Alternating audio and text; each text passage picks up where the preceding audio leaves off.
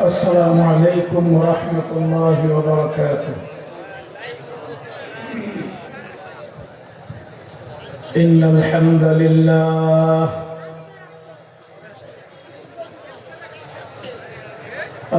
لله نحمده ونستعينه ونستغفره ونؤمن به ونتوكل عليه ونعوذ بالله من شرور أنفسنا ومن سيئات أعمالنا ونشهد أن لا إله إلا الله وحده لا شريك له ونشهد أن سيدنا وسندنا وحبيبنا وطبيبنا ومولانا محمدا عبده ورسوله. أما بعد فأعوذ بالله من الشيطان الرجيم. بسم الله الرحمن الرحيم. هو الذي أرسل رسوله بالهدى ودين الحق ليظهره على الدين كله ولو كره المشركون. صدق الله العلي العظيم وصدق رسوله النبي الكريم. درود شريف اللهم صل على محمد وعلى آل محمد كما صليت على إبراهيم وعلى آل إبراهيم إنك حميد مجيد. اللهم بارك على محمد وعلى آل محمد كما باركت على إبراهيم وعلى آل إبراهيم إنك حميد مجيد. راير محل مدرسة জামিয়া ইসলামিয়া আরবিয়া মদিনাতুল উলুম রায়ের মহল মাদ্রাসা ও এতিমখানার উদ্যোগে আয়োজিত আজকের এই বার্ষিক ওয়াজ মাহফিলের মুহতারাম মুআজ্জাজ কাবিল ইহতারাম সভাপতি, উপস্থিত উলামায়ে কেরাম, মুরব্বিয়ানে ইজাম, আমার সামনে উপবিষ্ট যুবক ভাইয়েরা, দিন দরদি, ইসলাম দরদি, তাওহীদি মুসলমান ভাইয়েরা, আমি আপনাদেরকে জিজ্ঞাসা করতে চাই, এই মাহফিলে আসতে পেরে, বসতে পেরে, কোরআন সুন্নাহর কথা শুনতে পেরে আপনারা খুশি না বেজার? আনন্দিত না দুঃখিত? জোরে সরে বলেন আলহামদুলিল্লাহ। আমরা এখানে দুনিয়াকে পাওয়ার জন্য আসি নাই, টাকা পয়সা পাওয়ার জন্য আসি নাই, ভোটের জন্য আসি নাই। আমরা এখানে এসেছি কোরআন সুন্নাহর আলোকে কিছু কথা শুনবো। কোরআন কিভাবে আমাকে চলতে বলে, কোরআন কিভাবে আমার পরিবার গড়তে বলে, কোরআন কিভাবে রাষ্ট্র সমাজ গড়তে বলে, এগুলো আমরা জানবো, শিখবো, সে অনুযায়ী আমল করব। কথা ঠিক না বেঠিক? মাহফিলে কথা শোনার জন্য আর হেদায়েত হওয়ার জন্য বেশি কথার দরকার নেই। অল্প কথাই যদি দিলের কানে আমি শুনতে পারি, হেদায়েতের নিয়তে শুনতে পারি, আমার জিন্দেগির রং পাল্টে যাবে। বনি ইসরাইলের মধ্যে, বনি ইসরাইলের যুগে একটা লোক ছিল খুব ধনাঢ্য, অনেক টাকার মালিক, কোটি কোটি টাকার মালিক। এই লোকের একটা বদ স্বভাব ছিল, তার চরিত্রের মধ্যে একটু সমস্যা ছিল। সেটা হলো তার প্রতি রাতে একজন নতুন নতুন নারীর সাথে তার রাত্রি যাপন করার বদ অভ্যাস ছিল। প্রতি রাতে তাকে একজন নতুন নারী লাগবে। এক নারী সে আর দ্বিতীয়বার ব্যবহার করে না। প্রতি রাত্রে তার জন্য চায় এক একজন নারী। গোটা অঞ্চলে তার সাঙ্গপাঙ্গ ছিল, তার এজেন্ট ছিল। তাদেরকে বলা ছিল যে নারীর সাথে আমি একবার শুয়েছি, দ্বিতীয়বার আমি আর ওই নারীর সাথে শুইতে চাই না। আমার জন্য প্রতি রাত্রে এক একটা নতুন নারী লাগবে। টাকা যা লাগুক, সম্পদ যা লাগুক, কোনো সমস্যা নাই। কিতাবের মধ্যে আছে প্রতিদিন বর্তমান সময়ের টাকায় 50-60 লক্ষ টাকা প্রতি রাত্রে সে নারীর পিছনে ব্যবহার করত। প্রতি রাত্রে এক একজন নারীকে পাওয়ার জন্য 50-60 লক্ষ টাকা খরচ করত। এভাবে বছরের পর বছর চলছে। এক রাতে একজন মহিলাকে ধরে আনা হলো, নিয়ে আসা হলো। ওই বনী ইসরায়েলের ধনাঢ্য ব্যক্তি নিজেকে প্রস্তুত করার জন্য পাশের রুমে গেল। ওই মহিলা অন্য রুমে অপেক্ষা করছে। এবার সে প্রস্তুতি নিয়ে ওই মহিলার কাছে এসে দেখলো মহিলা কান্না করতেছে, মহিলা কাঁদতেছে। মহিলাকে জিজ্ঞাসা করলো, ও মহিলা, তোমাকে তো আমি জোরপূর্বক ঘরে আনি নাই, তোমাকে তো জবরদস্তিমূলক আমার ঘরে আনা হয় নাই, তোমাকে তো আমি টাকার বিনিময়ে আজকে রাত্রের জন্য ভাড়া করেছি, তুমি কান্না করছো কেন? তোমার কান্নার হেতু কি, কান্নার কারণ? এবার মহিলা উত্তর দেয়, আমি কোনো বাজারি বেশ্যা মহিলা না যে আমাকে টাকার বিনিময়ে যে কোনো পুরুষ পাওয়ার অধিকার রাখে। আমি কোনো বেশ্যা নারী না, টাকার বিনিময়ে আমার ইজ্জত বিক্রি করি এমন বেশ্যা অপরাধী আমি নারী না। কিন্তু আজকে আমি বিপদে পড়ে একটা সমস্যার সম্মুখীন হয়ে আমার একটা টাকার প্রয়োজন, সমস্যা সমাধান করতে হলে টাকা লাগবে, আমি নিরুপায়, কোনো উপায় নাই।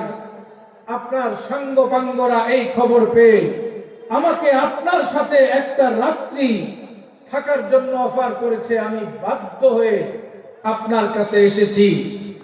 আমার কান্নার কারণ অন্য কিছু না, দুনিয়ার কোনো মানুষ হয়তো জানবে না আজকে রাত্রে আমি আপনার সাথে যাপন করেছি।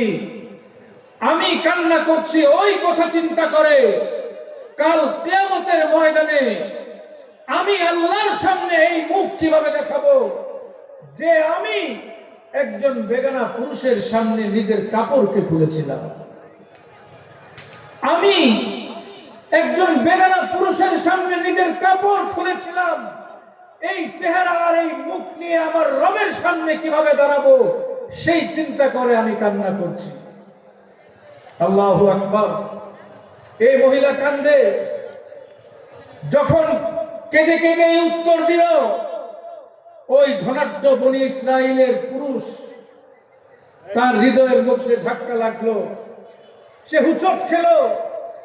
এবার সে বলল, ও নারী, ও মহিলা, তুমি জীবনে একবার একজন বেগানা পুরুষের সামনে নিজের কাপড় খুলবা, এজন্য তোমার এত ভয়, এত কান্না?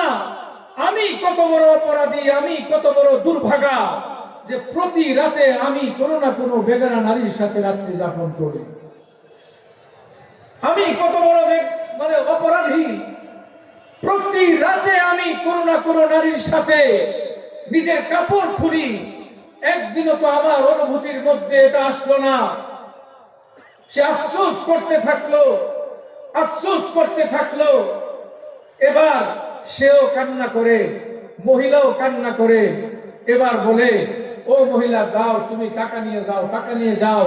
তোমার সাথে আমি কোনো কুকর্ম করব না, তোমার সাথে আমি জিনায় লিপ্ত হব না, তুমি টাকা নিয়ে যাও। তবে একটা শর্ত আছে। একটা কি আছে? শর্ত আছে।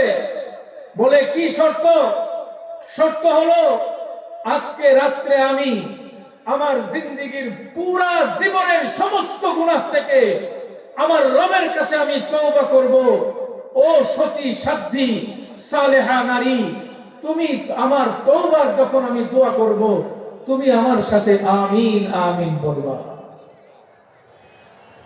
এবার সে তওবা শুরু করলো, আর মহিলা আমিন আমিন বলে তওবা করে মহিলা টাকা নিয়ে ফিরে গেল। ঘটনা কি ঘটলো? ওই রাত্রে ওই ব্যক্তির ইন্তেকাল হলো, সে দুনিয়া থেকে চলে গেল। বনি ইসরাইলের সময় মানুষ মারা গেলে সে বদকার না নেককার, সে জান্নাতি না জাহান্নামী, দরওয়াজার মধ্যে লেখা উঠতো দরওয়াজার মধ্যে। পরের দিন দেখা গেল ওই ব্যক্তির দরওয়াজার মধ্যে লেখা উঠলো, একজন জান্নাতি ব্যক্তি দুনিয়া থেকে বিদায় গ্রহণ করেছে। আল্লাহু আকবার। একজন জান্নাতি ব্যক্তি দুনিয়া থেকে বিদায় গ্রহণ করেছে।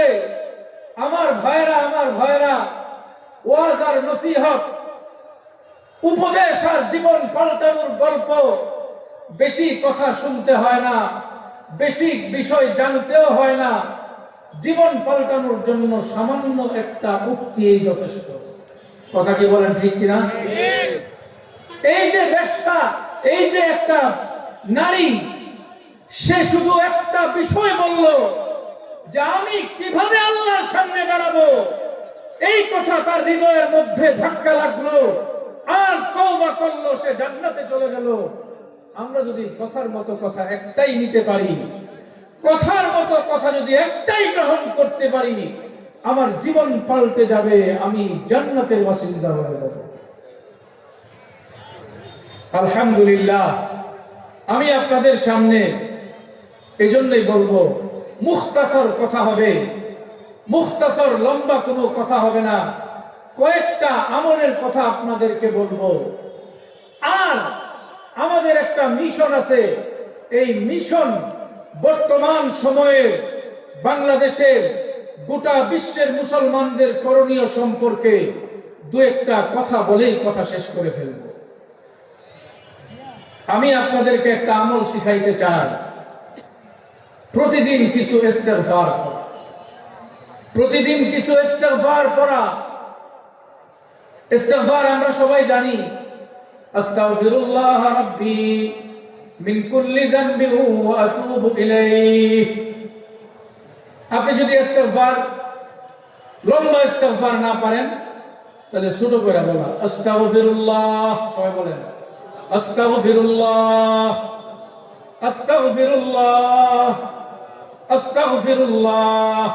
সকাল সন্ধ্যা কিছু সময় ইস্তেগফার করা। ফায়দা কি হবে? আপনার জিন্দেগীর যা প্রয়োজন সব আল্লাহ ব্যবস্থা করে দেবেন। হাসান বসরি রাহিমাহুল্লাহ বড় আল্লাহওয়ালা বুজুর্গ ছিলেন।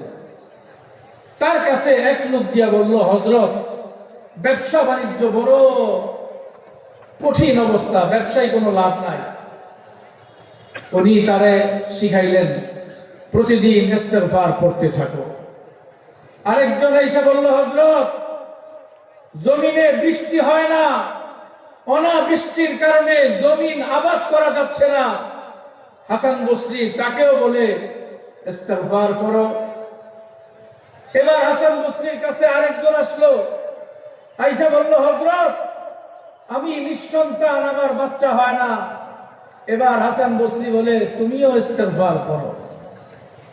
মুরিদরা প্রশ্ন করে, হযরত, তিনজন তিন সমস্যা নিয়ে আসলো, ব্যবস্থা একটাই দিলেন, তো এই ব্যবস্থা তো আমার না, এই ব্যবস্থা তো রব্বুল আলামিন আল্লাহ তাআলার ব্যবস্থা। আল্লাহ বলেন, ফাকুল তুস্তাগফিরু রাব্বাকুম ইন্নাহু কানা গাফফারা ইউরসিলিস সামাআ আলাইকুম মিদরারা। আল্লাহ বলেন, ও বান্দারা, তোমরা ইস্তেগফার করতে থাকো, আল্লাহ তোমাদেরকে আকাশ থেকে মুষলধারে বৃষ্টি দান করবেন এবং তোমাদের ধন সম্পদে বরকত দান করবেন, তোমাদের সন্তানাদের মধ্যে বরকত দান করবেন। এটা কার কথা? আল্লাহর কথা। এজন্য সকাল সন্ধ্যা ইস্তেগফার করা। আমরা যদি ইস্তেগফারের আমল করতে পারি, জিন্দেগীর যা চাওয়া, যা আমি চাই, সব আল্লাহ করে দিবেন। একটা ঘটনা বলি। আমাদের মাযহাবের নাম হলো হানাফি মাযহাব। কথা ঠিক না বেঠিক? আমাদের মাযহাবের নাম হানাফি মাযহাব। আমাদের মাযহাবের ইমামের নাম ইমামে আযম আবু হানিফা রাহিমাহুল্লাহ। পৃথিবীতে 4টা মাযহাব হলো প্রসিদ্ধ, তার মধ্যে একটা মাযহাব হলো হাম্বলি মাযহাব। ওই হাম্বলি মাযহাবের ইমামের নাম হলো ইমাম আহমদ ইবনে হাম্বল রাহিমাহুল্লাহ। তিনি একবার এক শহরে গেলেন, তার যেখানে বাসস্থান তার থেকে অনেক দূরে এক শহরে গিয়ে তিনি আটকে গেলেন। রাত হয়ে গেছে, তিনি কোথায় থাকবেন তার থাকার কোনো ব্যবস্থা নাই। বর্তমান সময়ে তো যে কোনো শহরে গেলে আবাসিক হোটেল আছে, খাওয়ার জন্য রেস্টুরেন্ট আছে। তৎকালীন সময়ে আবাসিক হোটেলও ছিল না, রেস্টুরেন্টের ব্যবস্থাও ছিল না। তিনি কোথায় থাকবেন, কোথায় খাবেন? রাত গভীর হয়ে যাচ্ছে, তিনি উপায়ন্তর না পেয়ে একটা মসজিদের সামনে বসে আছেন। রাত গভীর হতে চলছে, আর টেনশন করছেন রাতটা মসজিদের সামনে আঙ্গিনায় বসে বসে কাটিয়ে দিব, কোনো মতে সকালবেলা একটা ব্যবস্থা হবে। কিছু সময় পরে দেখলেন একজন লোক যাচ্ছে তার সামনে দিয়ে। ওই লোকটা ইমাম আহমদ ইবনে হাম্বলের কাছে আসলেন। এসে জিজ্ঞাসা করলেন, শেখ আপনি কোত্থেকে এসেছেন, কোথায় যাবেন, আপনার পরিচয় কি, আপনি কেন এখানে বসে আছেন? ইমাম আহমদ ইবনে হাম্বল উত্তর দেন, আমি ভিনদেশী মুসাফির, আপনাদের শহরে এসে আটকে গেছি। আমার কোনো পরিচিত বন্ধু বান্ধব আত্মীয় স্বজন নাই। আমি রাতটা কোনো মতো কাটানোর জন্য এখানে অপেক্ষা করছি। এবার ওই ব্যক্তি রুটির ব্যবসা করত, খাব্বাস রুটিওয়ালা। ওই রুটিওয়ালা বলে, হযরত আপনি আমার বাসায় মেহমান হবেন, চলেন। ইমাম আহমদ ইবনে হাম্বলকে ওই ব্যক্তি তার বাসায় নিয়ে গেল। রাত্র থাকলেন, রাত্রি যাপন করলেন। রাত্রে আপ্যায়নের ব্যবস্থা হলো, পুরা এক রাত থাকলো। পরের দিন সকাল পর্যন্ত, দুপুর পর্যন্ত থাকলো, 3 বেলা খাবার খেলেন। ইমাম আহমদ ইবনে হাম্বল লক্ষ্য করলেন এই রুটিওয়ালা বড় আজব এক রুটিওয়ালা। ওই রুটিওয়ালা কথাই বলে আস্তাগফিরুল্লাহ, বসাই বলে আস্তাগফিরুল্লাহ, যে কোনো কাজ করে আস্তাগফিরুল্লাহ, রুটির খামিরা তৈরি করে বলে আস্তাগফিরুল্লাহ, রুটির চুলায় খোলায় দেয় বলে আস্তাগফিরুল্লাহ, উঠার সময় আস্তাগফিরুল্লাহ, বসার সময় আস্তাগফিরুল্লাহ। একটা মুহূর্ত আস্তাগফিরুল্লাহর জিকির থেকে তার খালি থাকে না। প্রতি মুহূর্তে ইস্তিগফারের আমল চলতে থাকে, আমল চলতে থাকে। এবার ইমাম আহমদ ইবনে হাম্বল রাহিমাহুল্লাহ ওই ব্যক্তিরে প্রশ্ন করে, ভাই তোমাকে আমি একটা দিন ধরে খেয়াল করছি, সারাক্ষণ প্রতি মুহূর্তে মুহূর্তে তুমি আস্তাগফিরুল্লাহ বলো। তুমি আস্তাগফিরুল্লাহ বলে তোমার জিন্দেগিতে তুমি কি পেয়েছো, কি ফল পেয়েছো? আস্তাগফিরুল্লাহ করে কি উপকার পেয়েছো? এবার খাব্বাস রুটিওয়ালা উত্তর দেয়, শেখ আস্তাগফিরুল্লাহর বদৌলতে জিন্দেগিতে যা দোয়া করেছি রব্বুল আলামিন আমার সব দোয়া কবুল করেছেন। কিন্তু শেখ একটা দোয়া এখনো বাকি আছে, দীর্ঘ সময় আমি করেছি, দীর্ঘদিন করতেছি, আমার রব আমার এই দোয়াটা এখনো কবুল করে নাই। ওই দোয়াটা জানার দরকার আছে না নাই? আছে না নাই? জানতে চান? এবার আহমদ ইবনে হাম্বল রাহিমাহুল্লাহ বললেন, ও রুটিওয়ালা ভাই, তোমার কি এমন দোয়া যেই দোয়া তুমি করতেছো রব্বুল আলামিন কবুল করে নাই, আর জিন্দেগীর সব দোয়া কবুল করছে, সেই দোয়াটা কি? এবার রুটিওয়ালা বলে, সাহেব আমি আল্লাহর কাছে দোয়া করেছিলাম, করতেছি, আল্লাহ এই জমানার একজন বুজুর্গ ফকিহুল আসর, জমানার সবচেয়ে বড় বুজুর্গ, তার নাম হলো আহমদ ইবনে হাম্বল। ও আল্লাহ, তুমি একবার হলেও আহমদ ইবনে হাম্বলের সাথে আমার সাক্ষাতের ব্যবস্থা করে দাও। এই দোয়া আমি আল্লাহর কাছে করছি, কিন্তু আল্লাহ এই দোয়া এখনো কি করেন নাই? কবুল করেন নাই। এবার আহমদ ইবনে হাম্বল দাঁড়ায় গেলেন। দাঁড়ায় রুটিওয়ালাকে বুকে জড়িয়ে বললেন, ও ভাই, আমি তো তোমার কাঙ্ক্ষিত আহমদ ইবনে হাম্বল, খোদার কসম এই শহরে আমার আসার কোনো কারণ নাই, কোনো প্রয়োজন নাই, শুধুমাত্র তোমার দুয়ার কারণে, তুমি দোয়া করেছো এই কারণে আল্লাহ আমাকে এই শহরে আসতে বাধ্য করেছে এবং তোমার সাথে সাক্ষাৎ করতে বাধ্য করেছে। আহমদ ইবনে হাম্বল বললেন, শুধু তোমার দোয়ার কারণে আমি এসেছি। ও আমার ভাইরা, আমরা যদি জিন্দেগি, ব্যবসার অবস্থা খারাপ, বাণিজ্যের অবস্থা খারাপ, চাকরির অবস্থা দুর্দশাগ্রস্ত, সন্তান সন্ততি হয় না, ফসলের মধ্যে মানে অবস্থা খারাপ, যে কোনো সমস্যায় খোদার উপর ভরসা করে ইস্তেগফার পড়তে থাকবো, ইনশাআল্লাহ আপনার সব সমস্যার সমাধান হয়ে যাবে। আমরা করবো তো ইনশাআল্লাহ। নফল ইবাদত কখনোই কবুল হবে না যদি ফরজ ইবাদত ঠিক না থাকে। কথা ঠিক না বেঠিক? কথা ঠিক না বেঠিক? 5 ওয়াক্ত নামাজ হলো ফরজ, আর ইস্তেগফার পড়া হলো কি? নফল। 5 ওয়াক্ত নামাজের খবর নাই, ইস্তেগফার করলে উপকার হবে না? হবে না? এক ব্যক্তি চাকরি করে, চাকরি করলে বছরে 2টা বোনাস পাওয়া যায়, 2 ঈদে। কথা ঠিক না বেঠিক? এখন 12 মাস যদি চাকরি না করে আপনি কোম্পানির কাছে গিয়ে বললেন, ভাই চাকরি করতে পারবো না, বোনাসটা দাও, দিবে? দিবে নাকি? ঠিক তেমনি ফরজ ইবাদত যে পালন না করবে, তার নফল ইবাদত, এটা বোনাস, এই বোনাস সে কোশ্চিন কালেও পাবে না। এজন্য 5 ওয়াক্ত নামাজ আগে ঠিক করতে হবে। ফরজ যে বিধানগুলো, এই বিধানগুলো যথাযথভাবে যদি কেউ পালন করে আর ইস্তেগফারের উপর আমল করে, তার জিন্দেগীর সব চাহিদা আল্লাহ পূরণ করবেন ইনশাআল্লাহ। আমরা করব তো? আরেকটা আমল আপনাদেরকে শিখায় দেই, এগুলা মুজাররাব আমল, অভিজ্ঞতার আমল। বর্তমান পৃথিবীতে একজন দাঈ আছে, একজন দাঈ ইসলাম, তার নাম হলো ডক্টর কলিম সিদ্দিকী হাফিজাহুল্লাহ। হাজার হাজার মানুষ তার কাছে, তার হাতে ইসলাম গ্রহণ করেছে। ইন্ডিয়ায় তার বাড়ি। কিছুদিন আগে বাংলাদেশে আলেম ওলামাদেরকে যখন গ্রেফতার করে জালেম শাহী, ঠিক তখনই এই কলিম সিদ্দিকী হাফিজাহুল্লাহকেও ইন্ডিয়ার জালেম শাহী জেলখানার মধ্যে পড়েছিল।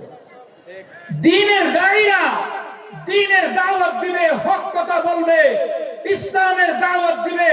যুগে যুগে জালেমরা নির্যাতন করেছে, অত্যাচার করেছে, জেলখানায় পুরেছে, ফাঁসির কাস্তে ঝুলেছে।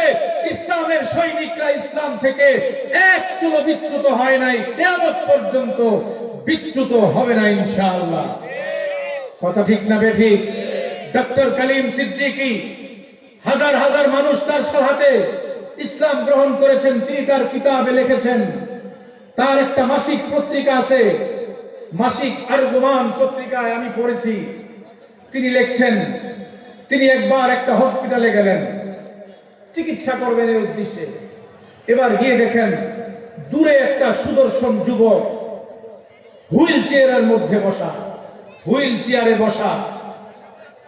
অবস্থা হলো এই, তার পা 2টা হুইল চেয়ারের 2টা চাকার সাথে স্কচটেপ দিয়ে বাঁধা, স্কচটেপ দিয়ে পেঁচানো, তার পাও 2টা স্কচটেপ দিয়ে পেঁচানো। এবার ডক্টর কলিম সিদ্দিকী দূর থেকে খেয়াল করলো এই যুবক সুদর্শন, চেহারায় রাজপুত্র, তার কাছে গেল, গিয়ে জিজ্ঞাসা করলো, ভাই তোমার 2 পায়ের এই অবস্থা কেন? পায়ের মধ্যে স্কচটেপ দিয়ে পেঁচানো কেন?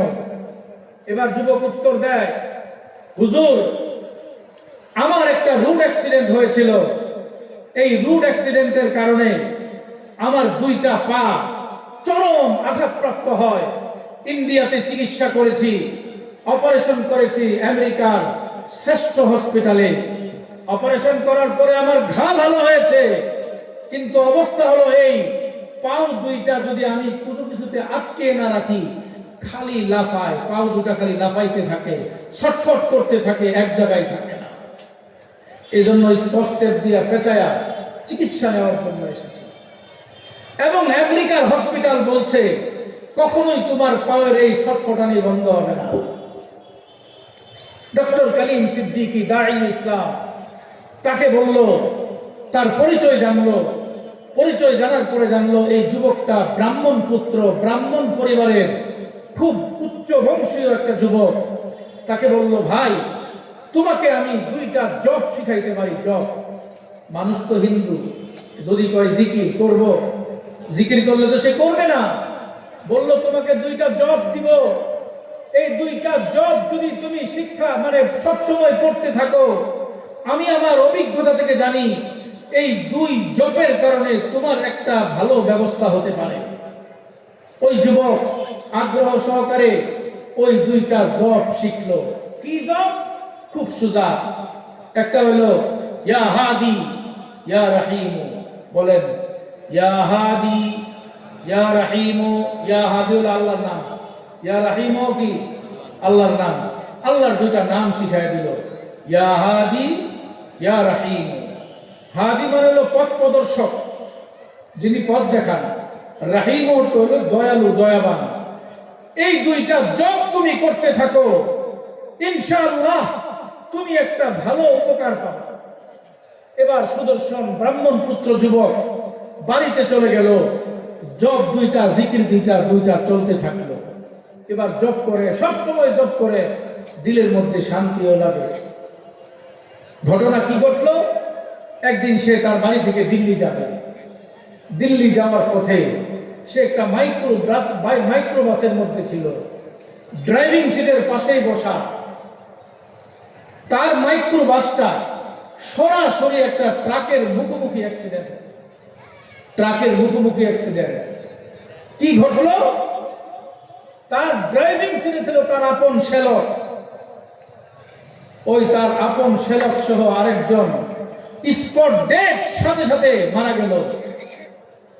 ওই ব্রাহ্মণ পুত্র যুবক সে বেঁচে থাকলো। দরজা দিয়ে কোন রকম তাকে টেনে হেসড়ে বের করা হলো। বের করিয়ে তাকে যখন রাখা হলো, সে পায়ের উপর এবার ভর দিয়ে দেখে পায়ের মধ্যে শক্তি পায়। সুবহানাল্লাহ বলেন। এবার দেখে পায়ের মধ্যে শক্তি পায়, তার পাউডার ছটফটায় না। এবার সে দাঁড়ানোর চেষ্টা করে, আস্তে আস্তে সে দাঁড়িয়ে গেল। সুবহানাল্লাহ বলেন। এবার সে দাঁড়িয়ে গেল, আস্তে আস্তে হাঁটতে লাগলো, হাঁটা শুরু করলো। আল্লাহর কুদরতে, আল্লাহর 2 নামের জিকিরের উসিলায় তার ছটফটানি পাও সম্পূর্ণ ভালো হয়ে গিয়ে সে পুরা সুস্থ হয়ে এবার হাঁটা শুরু করলো। বাস্তব ঘটনা। কলিম সিদ্দিকী সাহেব এখনো আছেন। ওই ব্রাহ্মণ যুবক এবার ওই ডক্টর কলিম সিদ্দিকী যাওয়ার সময় তার একটা ভিজিটিং কার্ড দিয়ে গেছিল, ভাই যদি কোনোদিন প্রয়োজন মনে করো আমাকে এই নাম্বারে ফোন করবা। বাড়িতে গিয়ে আর কথা নাই, সরাসরি ডক্টর কলিম সিদ্দিকী হাফিজাহুল্লাহকে ফোন দিলেন। ফোন দিয়ে বললেন, হুজুর আমার তো পাও ভালো হয়ে গেল। ঘটনা হলো এই, রোড অ্যাক্সিডেন্ট হলো, আমার সাথে 2 জন স্পট ডেড, কিন্তু আপনার এই জিকিরের আর এই জপের উসিলায় আমার 2 পাও পুরো ভালো হয়ে গেছে। এবার ডক্টর কলিম সিদ্দিকী বলে, ভাই তোমাকে তো আমি অন্য কোনো জব শিখাই নাই, সেটা হলো রব্বুল আলামিনের 2টা নাম। এই 2টা নাম তোমাকে আমি শিক্ষা দিয়েছিলাম, তুমি 2 নাম জপেছো, আল্লাহর নাম, এজন্য আল্লাহ তোমাকে সুস্থ করে দিয়েছেন। ওই ব্রাহ্মণ পুত্র বলে, হুজুর যে আল্লাহর নামে জপার কারণে আমার 2 পাও সুস্থ হয়ে গেছে, সে আল্লাহর উপর আমি ঈমান আনতে চাই। আমাকে টেলিফোনের মধ্যেই আল্লাহর উপর ঈমান আনার ব্যবস্থা করুন, আমাকে কালিমা পড়িয়ে মুসলমান বানিয়ে দেন। ওই ব্রাহ্মণ পুত্র এখনো মুসলমান, সুস্থ স্বাভাবিক আছে।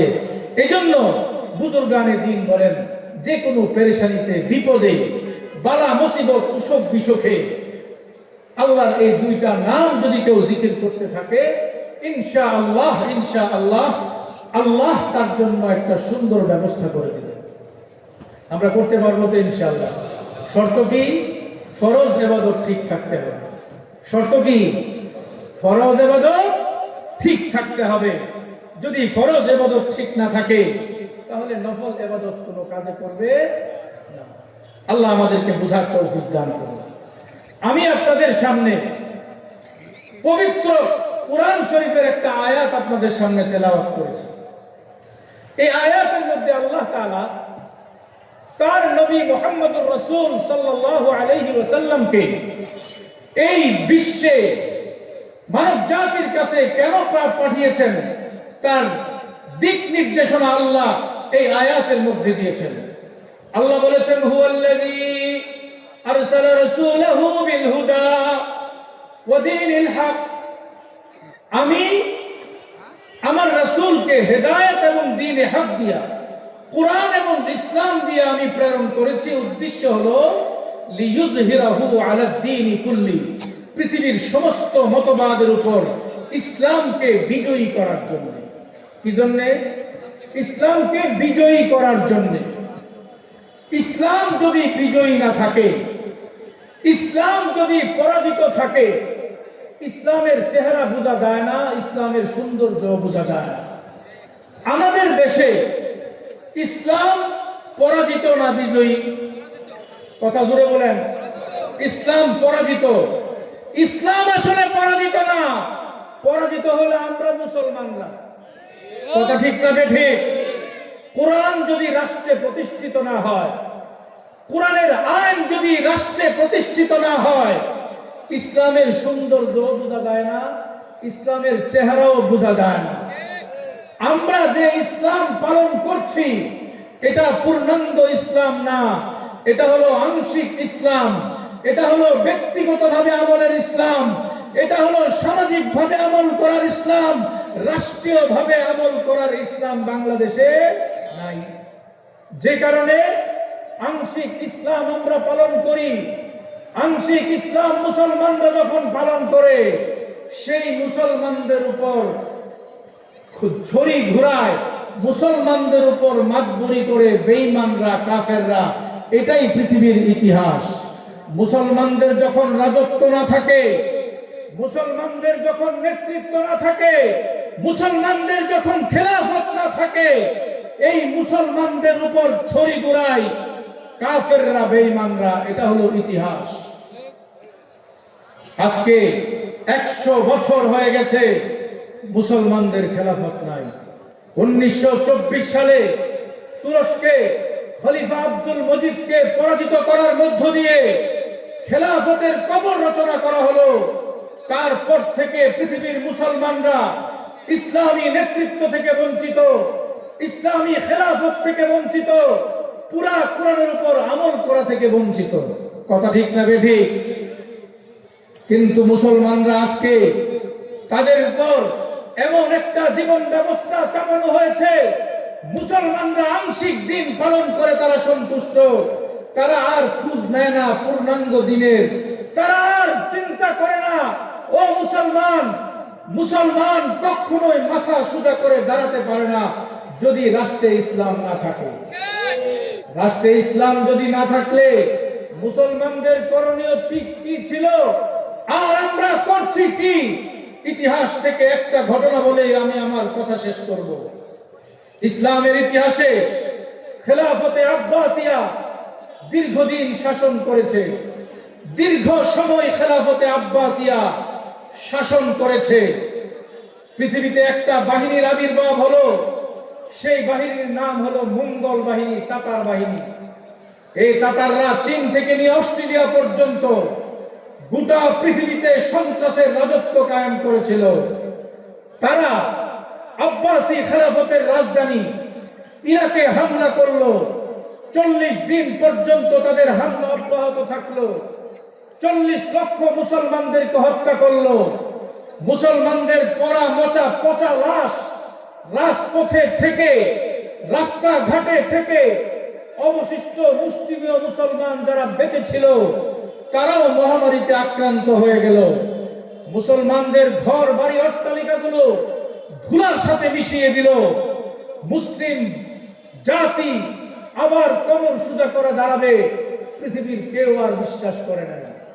ইতিহাসবিদরা লেখেন, এইভাবে মুসলমানদের উপর অত্যাচার করা হয়েছে। মুসলিম জাতি ঘুরে দাঁড়াবে, মুসলিম জাতি আবার বিশ্বের নেতৃত্ব দিবে। এটা কেউ কখনোই কল্পনা করে নাই। মুসলমান শেষ, এবার খ্রিস্টানরা হাসে, রোমানরা হাসে, তাতাররাও হাসে। মুসলিম জাতির ইতিহাস হয়ে গেছে, আর কোনোদিন মুসলমানরা ফিরে আসতে পারবে না। তৎকালীন সময়ের মুসলমানরা কি করেছিল, আর বর্তমানে আমরা নেতৃত্ব শূন্য, আমরাও খেলাফত শূন্য, আমরাও ইসলামের রাজত্ব শূন্য, আমরা কি করছি, এই দুইটা পর্যালোচনা করা বর্তমান সময়ের জন্য জরুরি। তৎকালীন সময়ের বুজুর্গ উলামায়ে কেরাম, যারা পীর সাহেব ছিলেন, যারা খানকার মেহনত করতেন, তারা কি ভূমিকা পালন করেছিলেন, আজকের খানকার পীররা আমরা কি ভূমিকা পালন করছি, তৎকালীন মাদারিসের আলেমরা, মুহাদ্দিসিনরা কি ভূমিকা পালন করেছিলেন, আজকে আমরা কি ভূমিকা পালন করছি, তুলনামূলক বিশ্লেষণ করতে হবে, আমাদের করণীয় ঠিক করতে হবে। কথা ঠিক না বেঠিক? যখন খেলাফতে আব্বাসিয়াকে ধ্বংস করা হলো, বুজুর্গরা হায়রান হয়ে গেলেন। এক বিস্ময়কর বুজুর্গ ছিলেন, তার নাম হলো মহিউদ্দিন ইবনুল আরবি। মহিউদ্দিন ইবনুল আরবি জগৎ বিখ্যাত আলেম, জ্যোতির্বিদ্যার ইমাম ছিলেন। জ্যোতির্বিদ্যা, ইলমুন নুজুমের উপর তার কিতাবও আছে। মহিউদ্দিন ইবনুল আরবি জমিদার বংশের ছেলে। যেদিন বাগদাদের পতন হয়ে গেল, খেলাফতের পতন হয়ে গেল, তিনি জমিদারির পোশাক বাদ দিয়ে ফকিরের লেবাস ধরলেন, আর সিদ্ধান্ত নিলেন যতদিন খেলাফত পুনরুদ্ধার না হবে আমি আর ফকিরের লেবাস ছাড়ব না। তিনি এবার গোটা দুনিয়ার পীর মাশায়েখ, বুজুর্গ, মুহাদ্দিস, আলেম সবাইকে খবর দিলেন, দূত প্রেরণ করলেন, অমুক তারিখে সবাই বাইতুল মুকাদ্দাসে হাজির হবা, সবাই বাইতুল মুকাদ্দাসে আসবেন। সমস্ত পীর মাশায়েখ বুজুর্গরা বাইতুল মুকাদ্দাস ফিলিস্তিনে একত্রিত হলো। এবার মহিউদ্দিন ইবনুল আরবি সবাইকে নিয়ে পরামর্শ করে সিদ্ধান্ত দিলেন, খেলাফত ধ্বংস হয়ে গেছে, মুসলমানদের ইমারত আর নেতৃত্ব নাই, এখন মুসলমানদের নেতৃত্ব ফিরিয়ে আনতে হবে। মুসলিম জাতি খেলাফতের নেতৃত্ব ছাড়া এক মুহূর্ত বাঁচতে পারে না। মুসলমান যদি খেলাফত ছাড়া থাকে, সেই মুসলমানদেরকে ছাগলকে আর বকরিকে যেভাবে বাগে খায়, এইভাবে কাফের বেঈমানরা খেয়ে ফেলবে। সুতরাং হে পীর মাশায়েখ বুজুর্গরা, খানকাহি নিজাম এতদিন চালিয়েছেন, এবার কিছুদিনের জন্য আপনারা খানকাহি নিজাম বন্ধ করুন। গোটা দুনিয়ার সমস্ত ইসলামী নেতৃত্ব আর বাহিনীগুলোর মধ্যে তথ্য তালাশ করুন, খোঁজ নিন আগামী দিনের নেতৃত্ব দেওয়ার যোগ্যতা কোন বাহিনীর মধ্যে আছে, এই খোঁজ লাগাইতে থাকেন। ইতিহাসের পাতায় আছে, মহিউদ্দিন ইবনুল আরবি যখন এই সিদ্ধান্ত দিয়ে দিলেন, বুজুর্গানে দিন গোটা দুনিয়াতে ছড়িয়ে পড়লেন, খুঁজতে লাগলেন। খুঁজতে মহিউদ্দিন ইবনুল আরবি তিনি সন্ধান পেলেন আনাতুলিয়া, যেটার বর্তমান হলো তুরস্ক, যেটার বর্তমান নাম হলো তুরস্ক। এই আনাতুলিয়াতে একটা গোষ্ঠী, একটা বাহিনী আছে, যেই বাহিনীর নাম হলো কাই বাহিনী। সেই বাহিনীর নাম হলো কাই বাহিনী। তিনি দেখলেন কাই বাহিনীর মধ্যে অসীম সাহস আছে, তাদের তেজোদ্দীপ্ত ঈমান আছে, তাদের মধ্যে আল্লাহর প্রতি অগাধ আস্থা বিশ্বাস আছে। এই বাহিনীর মধ্যে তিনি অমিত সম্ভাবনা দেখলেন। তিনি তাদেরকে তাসাউফের দীক্ষা দিলেন, বেলায়েতের সবক দিলেন। ওই বাহিনীর নেতা ছিল আর্তুগুল গাজী। আর্তুগুল গাজীকে তিনি বেলায়েতের পোশাক পরালেন, তাকে আধ্যাত্মিক শিক্ষা দিলেন, বাহ্যিক ইলমের শিক্ষা দিলেন, তাকে একটা ইনসানে কামেল মর্দে মুজাহিদ হিসাবে তিনি প্রতিষ্ঠিত করলেন। গোটা দুনিয়ার পীর মাশায়েখ আর বুজুর্গানে দিনকে বলে দিলেন, এবার নিজেদের মুরিদদেরকে আর্তুগুল গাজীর বাহিনীতে ভর্তি করিয়ে দেন। আর মুহাদ্দিসদেরকে বললেন, ছোট ছোট ছাত্রদেরকে রেখে বড় ছাত্র সব আর্তুগুল গাজীর বাহিনীতে যোগদানের ব্যবস্থা করে দেন। আর্তুগুল গাজীর বাহিনী একদিন ইসলামী নেতৃত্ব দিবে, আবার খেলাফতকে পুনরুদ্ধার করবে। চলতে থাকলো আর্তুগুল গাজী একদিকে মুজাহিদ, অন্যদিকে তাসাউফের সবচেয়ে বড় ওলি, একদিকে মর্দে মুমিন, আরেকদিকে অসীম সাহসিকতার একজন বীর যোদ্ধা। ফুরসানুন ফিন নাহার রুহবানুন ফিল লাইল, দিনের বেলা অশ্বারোহী, রাত্রের বেলা খুদার দরবারে সেজদায় অবনত হয়ে কান্নাকাটি করে। এই মধ্যে মুজাহিদ তিনটা পরাশক্তির সাথে তিনি যুদ্ধ করলেন। একটা হলো তাতার বাহিনী, আরেকটা হলো বাইজেন্টাইনের বাহিনী, আরেকটা হলো রোমান সাম্রাজ্য। তিন সাম্রাজ্যের বিরুদ্ধে যুদ্ধ করলেন। যুদ্ধ চলতে থাকলো। যুদ্ধ করে নিজের সাম্রাজ্যকে বড় করলেন, শক্তি করলেন, সম্পদ করলেন। একটা বিস্তীর্ণ অঞ্চলে নিজের আধিপত্য প্রতিষ্ঠা করলেন, ইসলামী বাহিনীকে শক্তিশালী করলেন। আর্তুগুল তার জীবদ্দশায় খেলাফতের ঘোষণা করতে পারলেন না। আর্তুগুল দুনিয়া থেকে চলে গেলেন। এবার কাই বাহিনীর নেতৃত্বে আসলো তার ছেলে উসমান গাজী রাহিমাহুল্লাহ। উসমান গাজী, তাকেও তৎকালীন সময়ের আর্তুগুল গাজীও চলে গেছে, মহিউদ্দিন ইবনুল আরবিও দুনিয়াতে নাই। এবার দ্বিতীয় সারির বুজুর্গ মহিউদ্দিন ইবনুল আরবির পরবর্তী বুজুর্গ যারা, তারা উসমানকে সহযোগিতা করলো। ওই বুজুর্গানে দিনের মধ্যে উল্লেখযোগ্য বুজুর্গ হলো শেখ আদব আলী। শেখ আদব আলী বিস্ময়কর এক বুজুর্গ। যেমন তার অনলবর্ষী বক্তা ছিলেন, ঠিক তেমন ছিলেন বড় মুহাদ্দিস। তাসাউফের সবচেয়ে বড় আল্লাহর ওলি ছিলেন শেখ আদব আলী। উসমানকে বেলায়েতের শিক্ষা দিলেন, বাহ্যিক ইলম, বাহ্যিক দীক্ষা এবং শিক্ষা দিলেন। কাই বাহিনীকে একটা শক্তিশালী ঈমান দীপ্ত বাহিনীতে পরিণত করলেন।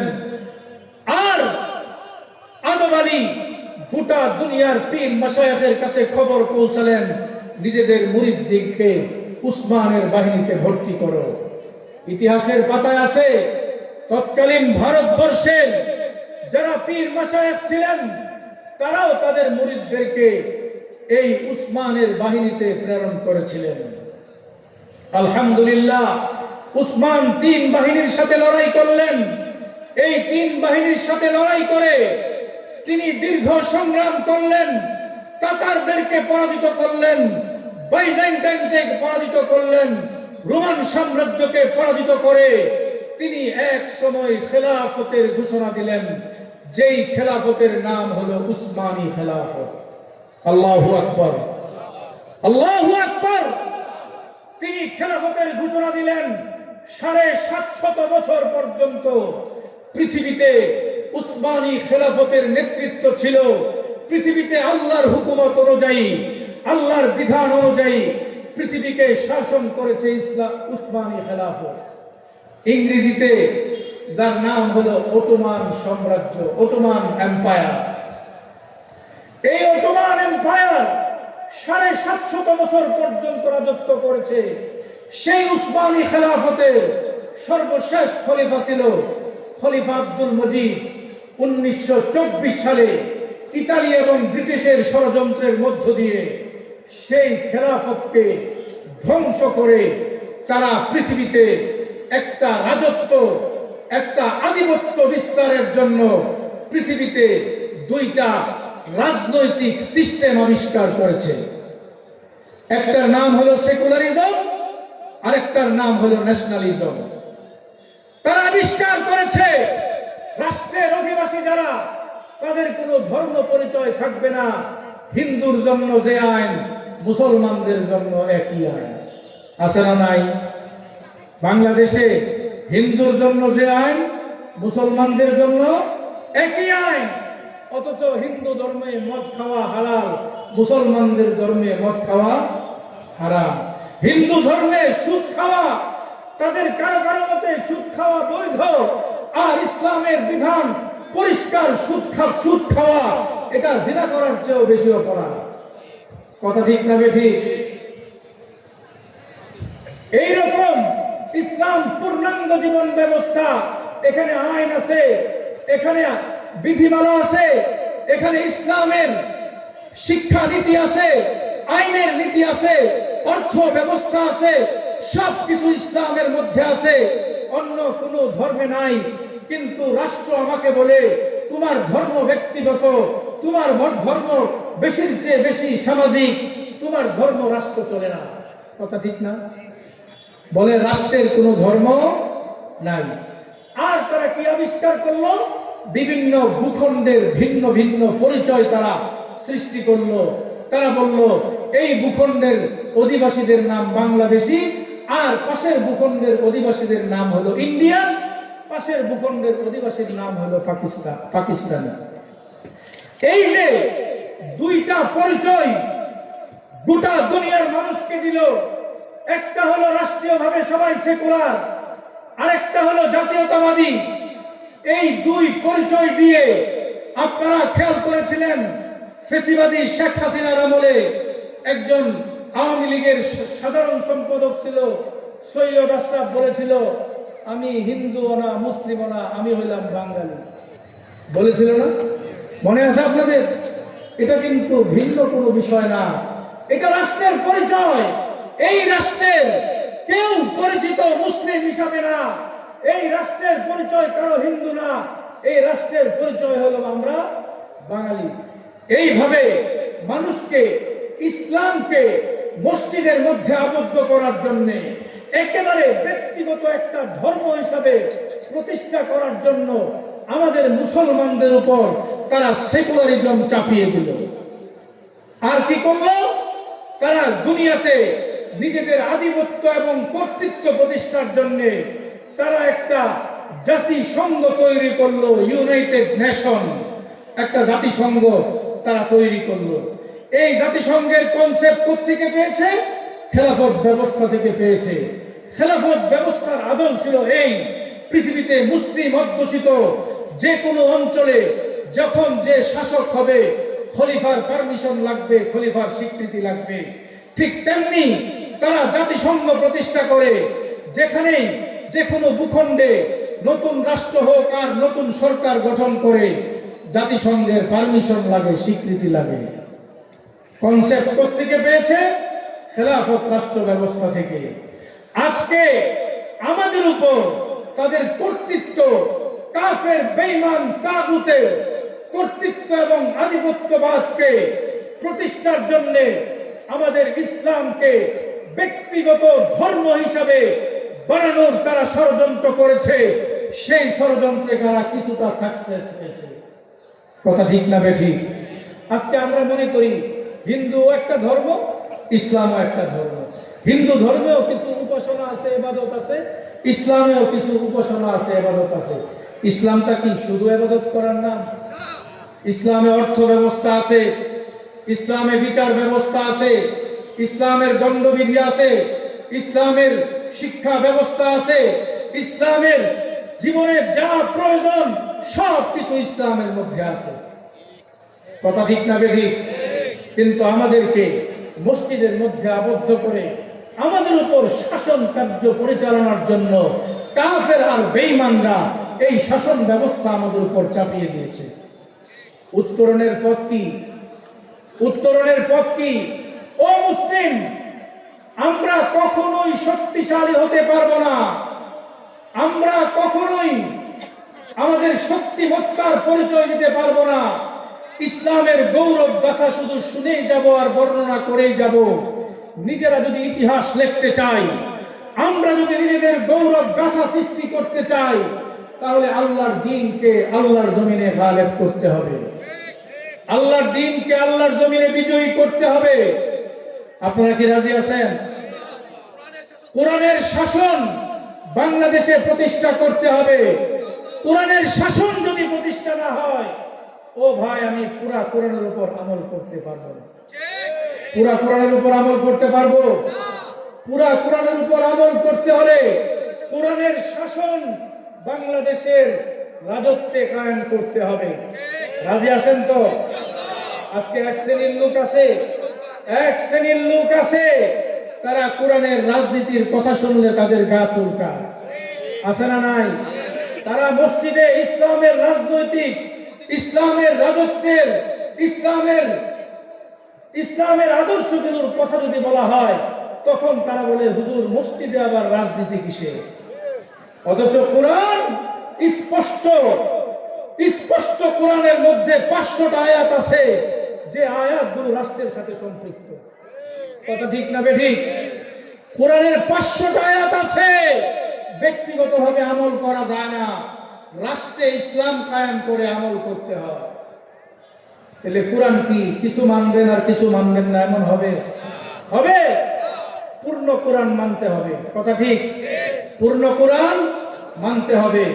যারা কোরআনের আইন মানতে চায় না, যারা কোরআনের দণ্ডবিধিকে বিশ্বাস করে না, যারা কোরআনের আইনকে বিশ্বাস করে না, কোরআনের রাষ্ট্র ব্যবস্থাকে বিশ্বাস করে না, কোরআনের রাজত্বকে যারা বিশ্বাস করে না, কোরআনের রাজনীতি যারা বিশ্বাস করে না, কোরআনের অর্থ ব্যবস্থা যারা বিশ্বাস করে না, যারা কোরআনের শিক্ষা নীতি মানতে চায় না, তারা 1000 বছর নামাজ পড়লেও তারা বেঈমান।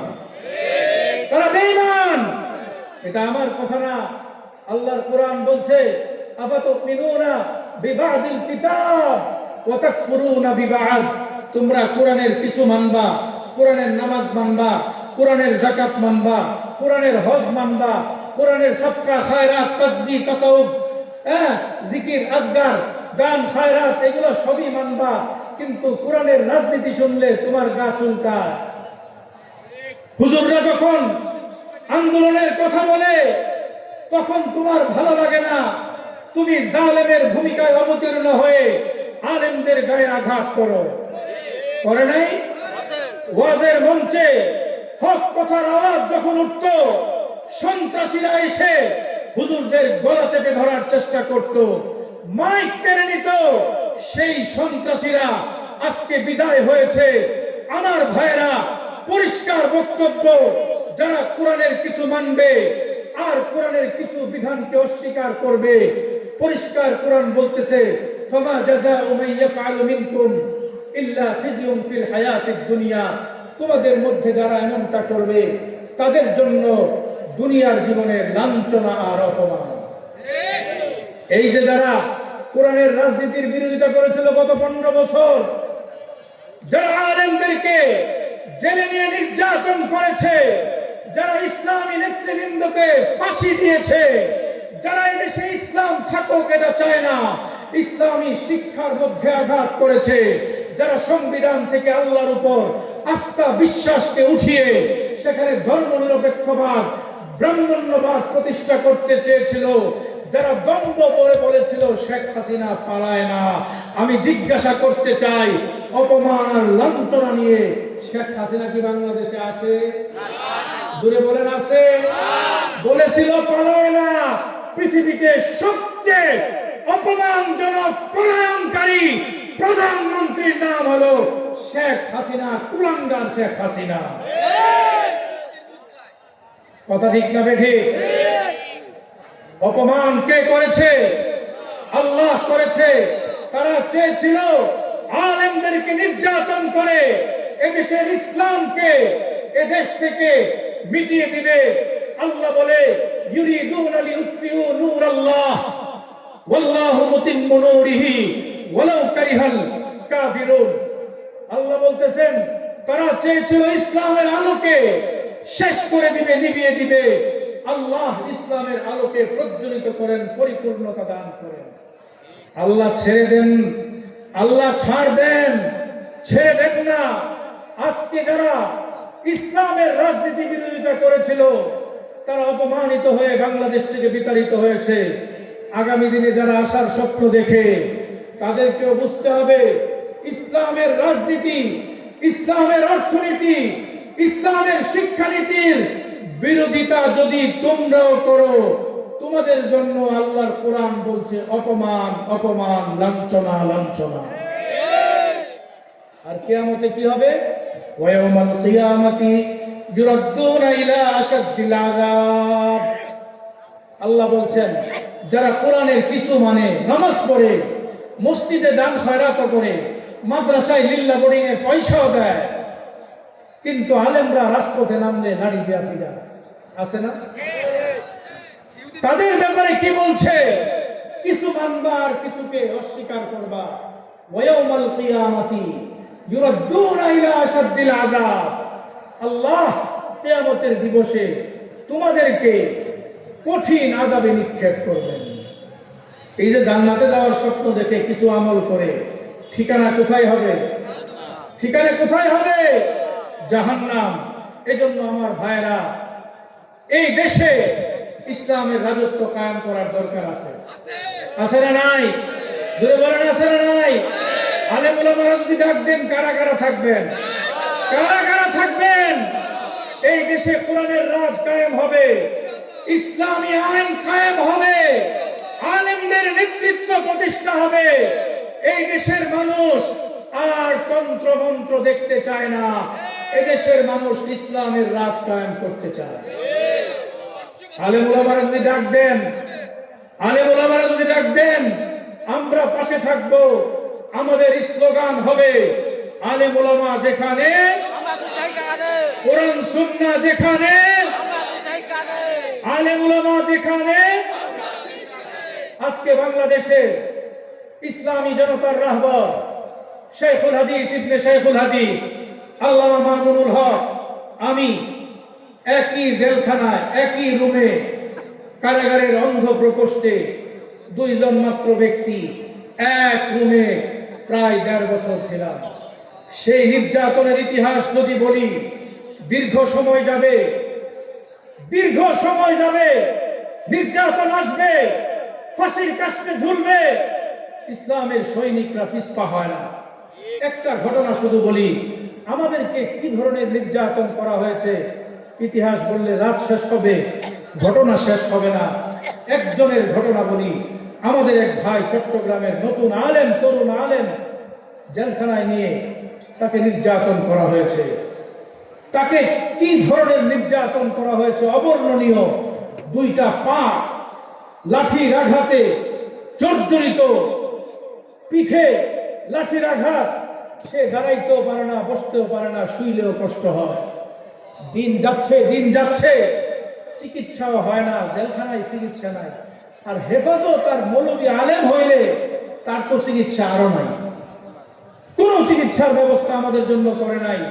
আমার সেই ভাই বসতেও পারে না, উঠতেও পারে না, হাঁটতেও পারে না, শুইলেও তার পিঠে, তার শরীরে ব্যথা। এইভাবে দিন যাচ্ছে বিনা চিকিৎসায়। একদিন সে রাত্রে ঘুমিয়ে আসে, গভীর রজনী, রাত্রের শেষ প্রহর, স্বপ্ন দেখে রাহমাতুল্লিল আলামিন, দয়ার নবী, মায়ার নবী মুহাম্মদুর রাসূল তার শিয়রে এসে উপস্থিত। সুবহানাল্লাহ, আল্লাহু আকবার। মুহাম্মদুর রাসূল, আমার আপনার প্রিয় নবী, তার শিয়রে এসে উপস্থিত। এসে বলছে, তোমার খুব কষ্ট হচ্ছে, তোমার খুব কষ্ট হচ্ছে, তোমার সারা গায়ে ব্যথা, তুমি দাঁড়াইতেও পারো না, বসতেও পারো না, তুমি শুইলেও কষ্ট পাও, তোমার চিকিৎসাও হচ্ছে না, তুমি আমার কাছে আসো, কাছে আসো। আমি নবী, তোমার গায়ে হাত বুলিয়ে দিব, তোমার গায়ে আমি হাত বুলিয়ে দিতে চাই, ইনশাআল্লাহ তোমার শরীরের সব ব্যথা দূর হয়ে যাবে। আমার সেই ভাই, নবী হাত বুলিয়ে দিলেন ভাইকে। হাত বুলানোর পরে তার ঘুম ভেঙে গেল। এবার ভাই উঠতে যায়। আমার ভাইটা শোয়া থেকে উঠার চেষ্টা করে, এবার দেখে পিঠে আর ব্যথা নাই, এবার সে দাঁড়ানোর চেষ্টা করে দাঁড়িয়ে গেল, তার হাঁটুতে কোনো ব্যথা নাই, এবার সে সোজা হাঁটতে পারে, চলতে পারে। ওই ভাই এখনো চট্টগ্রামে জীবিত আছে। আল্লাহর রহমত আলেমদের সাথে ছিল না? ছিল। আলেমদের সাথে খোদার রহমত ছিল কি ছিল না? তারা ভেবেছিল আলেমদেরকে জেলখানায় পুড়িয়ে শিক্ষা দিয়ে দিবে। আজকে আলেমরা বাংলাদেশে আছে, তোমরা না। আলেমরা কোরআন সুন্নাহর কথা বলে যাচ্ছে, আর তোমরা দুয়ারে দুয়ারে আশ্রয়ের ভিক্ষা মাঙ্গো। তোমাদেরকে কেউ বসতে চায় না। এই যে অপমানের জিন্দিগি, কারণ কি? কারণ তোমরা কোরআন সুন্নাহর হামেল আলেমদেরকে বেইজ্জতি করেছো। এদেশের ইসলাম পন্থী নেতৃবৃন্দকে ফাঁসির কাস্টে ঝুলিয়েছো, বিনা বিচারে অন্যায়ভাবে ফাঁসি দিয়েছো আলেমদেরকে। তোমাদের পরিণতি দুনিয়াতেও দেখবা, ইনশাআল্লাহ আখিরাতেও দেখবা। এই জন্য জালেমরা যেখানে আছে আমরা থাকবো, কাদের সাথে থাকবো? আলেমদের সাথে। এই জন্য মাদ্রাসা, মসজিদ, আলেম, এই মাদ্রাসাগুলো হলো আলেমদের দুর্গ, ইসলামের দুর্গ। এখান থেকে আলেমরা দ্বীনের শিক্ষা দেন, দ্বীন শিখান উম্মতকে। এই মাদ্রাসাগুলোর সাথে আমরা থাকবো ইনশাআল্লাহ। আল্লাহ আমাদেরকে আলেমদের সাথে দুনিয়াতে থাকার তৌফিক দান করুন এবং আলেমদের সাথে আমাদের হাসর নাসর হয়ে জান্নাতে থাকার তৌফিক দান করুন। ওয়া আখির দাওয়ানা আনিল হামদুলিল্লাহি রাব্বিল আলামিন।